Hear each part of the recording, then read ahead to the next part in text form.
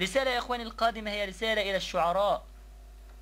كان في شاعر اسمه كعب بن الزهير وقصيدته بانت سعاد.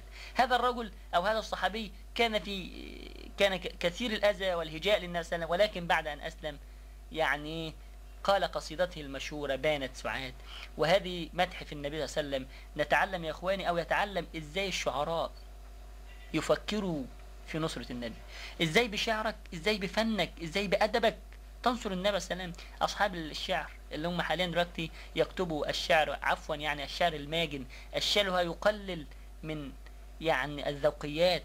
لا يا إخواني، هتحاسب يوم القيامة على شعرك. إزاي شعرك تكون هدفه بث الأمل في الأمة. هذه يا إخواني رسالة الشعراء والأدباء والمفكرين. اوعى تنصر الناس وتنسى النبي بفكرك. نصرة النبي يا إخواني للشعراء هذه الرسالة رسالة كبيرة، لأن دورهم في المجتمع كبير.